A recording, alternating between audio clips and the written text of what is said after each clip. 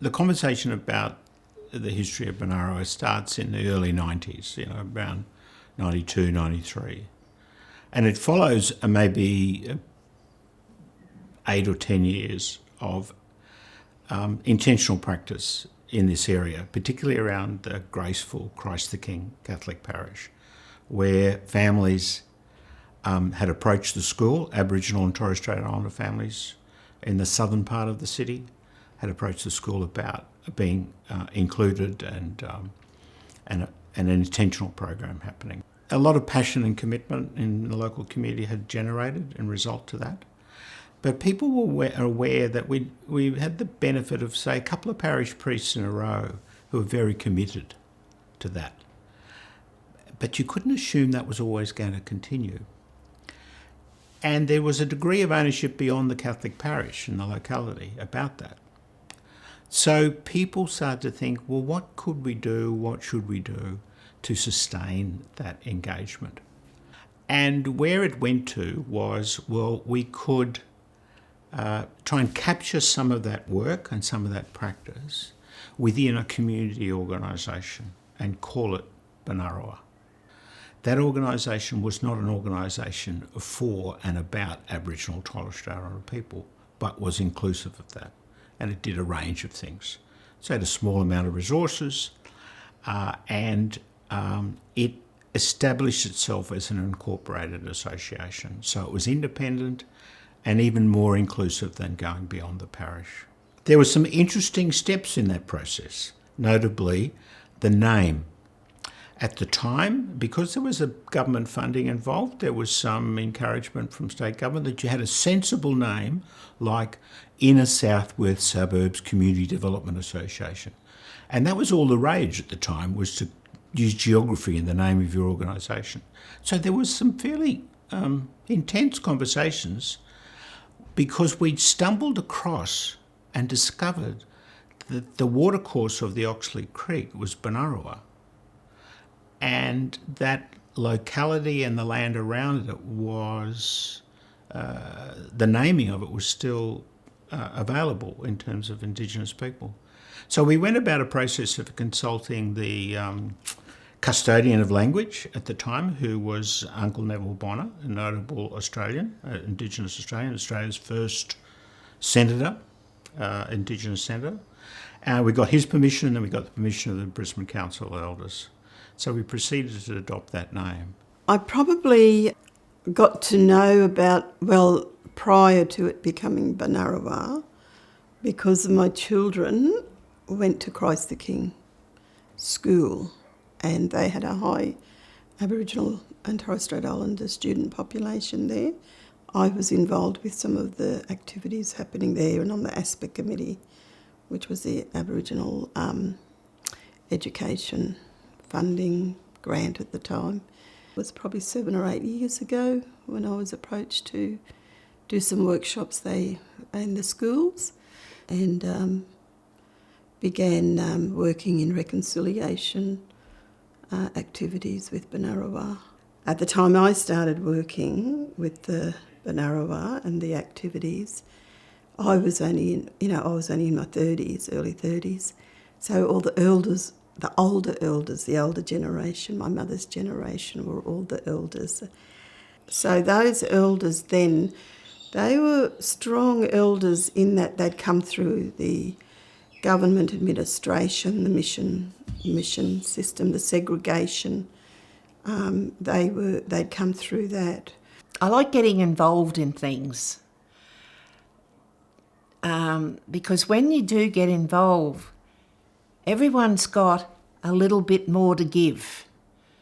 And sometimes there's things that you want to put into place and you don't think of a certain thing and someone else comes up with that idea and you think, oh, that's a great idea.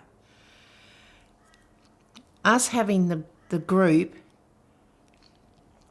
they've helped me, but I've helped them. My cousin, Sister Kerry, who's been involved with Benarrawa for quite a while, and she introduced me to the Sorry Day event that Benarrawa was facilitating. Other things I became aware of that Benarrawa does in support of Indigenous people, Aboriginal people and traditional owner people, Torres Strait Islander people. There's a solidarity group that, supports different aspects of Indigenous social life, political life, and even to some extent some economic development with Aboriginal groups. Benarrawa is not just the workers, and so the Benarrawa Aboriginal and Torres Strait Islander Solidarity Group is owned by the people that are a part of it. And it has some fabulous and phenomenal people as parts of that solidarity group. It's also had people who may never have thought that they would end up in a space like that. Aboriginal and Torres Strait Islander Solidarity was not their thing, but through relationship with an Indigenous person and through participation in this space, it became a thing that was of importance to them. And I think that relationship has been incredibly important in carrying that through.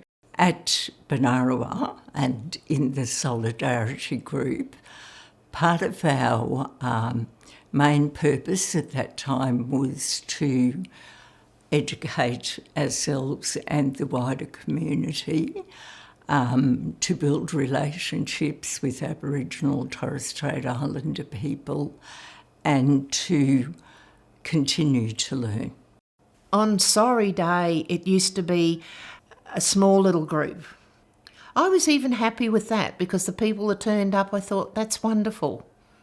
Thank you for coming and thank you for supporting. Now it's so many schools and so many people and it's just got bigger and bigger. I don't even know what this year's going to bring because every year is doing now, it's just huge. And that just shows how many people are walking beside you. I think the stuff that really, really excited me, particularly around things like the Aboriginal and Torres Strait Islander Art Show and Cultural Festival, which was a partnership with Milperra State High School. So for people who don't know, Milperra State High School is a high school that supports young people arriving in Australia really through their first months. Well, Benarrawa, a good friend of mine, Sarah Boyne, invited me down and said, "Oh, they're looking to do an Indigenous art show and culture festival." I sort of come along on the very first one and sort of put a bit of work in and got invited to Benarrawa to work on the steering committee to assist with the artists, introduce Indigenous artists to the festival, but also have that Indigenous input towards what was going on. It started off slow. We ended up with probably about 5 or 10 artists in the first couple of shows, but there was a lot of art. So some artists would show up with 5, 10, 15, 20 paintings. But once word got around, we were looking at something like 70 different artists who was putting their artwork in, So we went from virtually 2 classrooms to 5 classrooms in, something like 200 paintings hanging on the walls. We started having Invasion Day ceremonies in the mid-2000s. We talked about doing something on Invasion Day, coming together as some sort of reflection, a group of people, and almost lest we forget moment. And when we first talked about it, it was sort of like just a small group of people in the Solidarity group. And we were sort of like, oh, well, it's an event. Should we advertise it? Do we need to put it into the local newspaper? Should we get flyers out? And the response was, let's just do it. I suppose that number of people grew and in volume, so we eventually moved to the mouth of Oxley Creek. Council had commissioned someone to build a bronze canoe, which was eventually put at the mouth of Oxley Creek. After that canoe went into place, probably in the early 2010s, we would certainly gather there, put flowers in the canoe, on Survival. We changed the name from Invasion Day to Survival Day because that's what the elders wanted us to remember, that they had survived. That painting there, which is the story of Benarrawa, and the story of Benarrawa, and that was a painting done by Ravina Waldron's cousin, John Tatton, and it tells the story of Benarrawa, and so that's a blueprint of principles and values and practice for Benarrawa as well. So that continually gets reflected back into the group. Benarrawa would be what I would call, for me, the mother. And she's got the arms extending. And you've got all these people that work in there that are walking with us. And that's a mighty feeling. It's a very proud feeling for me. I'm just so grateful that I got them walking beside me. But not only that, they're my friends.